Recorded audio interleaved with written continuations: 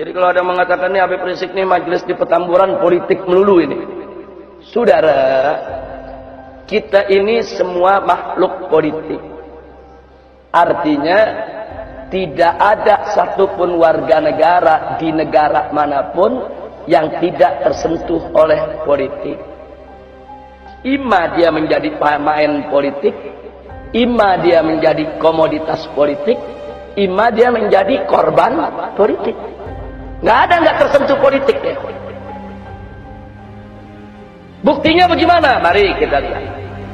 Kita warga negara. Saya tanya, wajib tidak tunduk kepada undang-undang? Kalau melanggar undang-undang di penjara gak? Di penjara. Saya tanya, undang-undang siapa yang buat? DPR. DPR lembaga politik bukan?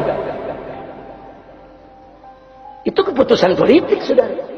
Anggota DPR musyawarah membuat undang-undang, diambil keputusan, undang-undang itu diberlakukan kepada setiap negara. Itu putusan politik. Jadi siapa bilang kita ini bisa terlepas dari politik? Nggak bisa, saudara. Makanya salah kaprah.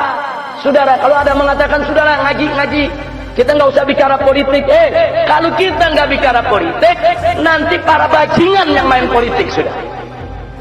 Kalau umat Islam tidak berpolitik, nanti yang berpolitik itu koruptor, bajingan, orang kafir, saudara, orang-orang yang akan ngerjai kita semua. Nggak bisa. Sekarang umat Islam jangan berpolitik, umat Islam jangan bicara politik. Akhirnya umat Islam pada bodoh soal politik, saudara. Kiai nggak ada mendekat ke politik, habaib nggak ada mendekat ke politik. Akhirnya yang masuk ke jurang politik hanya para bajingan, para penjahat, saudara. Mereka yang tidak menjalankan ajaran agama, akhirnya mereka yang buat undang-undang, mereka yang buat keputusan, mereka yang buat aturan, kita yang mesti melaksanakan. Jangan, kalau kita nggak mau berpolitik praktis, silakan. Tapi jangan sampai mengatakan, saya nggak mau bicara politik sama sekali. Nggak boleh, saudara. Nggak boleh. Kalau Anda tidak berpolitik, saudara, Anda akan jadi komoditas politik. Berapa banyak majelis-majelis taklim menjadi komoditas politik, saudara? Hanya dijadikan sekrup oleh partai politik. Begitu lagi pilpres, begitu lagi pilkada, bantuan diberikan kepada berbagai macam majelis-majelis taklim untuk dukung calon ini, dukung calon itu, dukung partai ini, dukung partai itu. Itu namanya komoditas politik. Hanya diperalat kok, cuma dijadikan sekrup kok. Tanpa majelis-majelis taklim tadi, saudara, kau punya hak untuk menentukan siapa calonnya. Cuma dijadikan sekrup untuk memperkuat orang lain. Maka itu kita katakan di sini khususnya kepada generasi muda yang punya bakat politik, masuk politik. Tapi ingat, kalau Anda mau jadi politisi, kalau Anda mau jadi pemimpin di negeri ini, dari mulai Anda muda, dari mulai sekarang, jangan melakukan suatu pekerjaan yang akan menyulitkan Anda di masa depan. Jangan mencuri, jangan berzina, jangan menenggak minuman keras.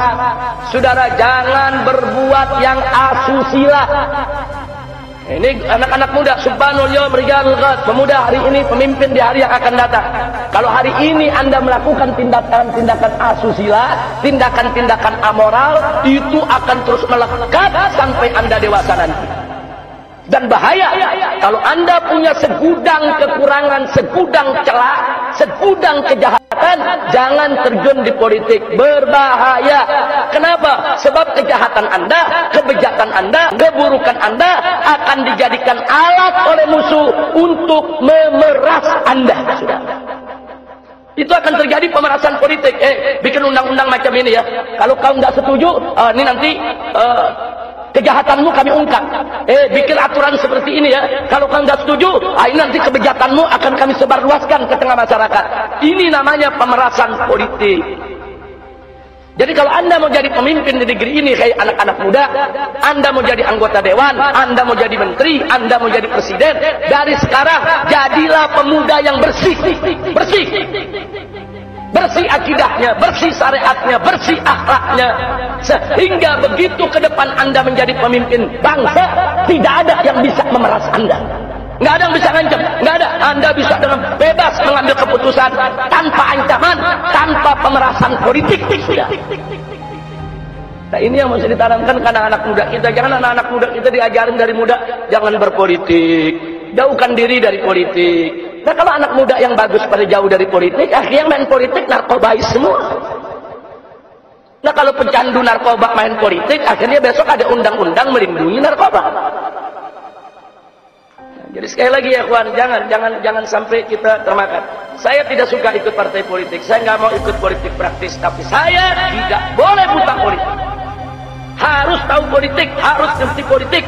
Bagaimana politik yang dimainkan oleh musuh-musuh Islam, sehingga kalau kita tahu langkah mereka, kita akan melakukan langkah-langkah untuk mengkanter dan melawan kejahatan politik mereka ya kawan.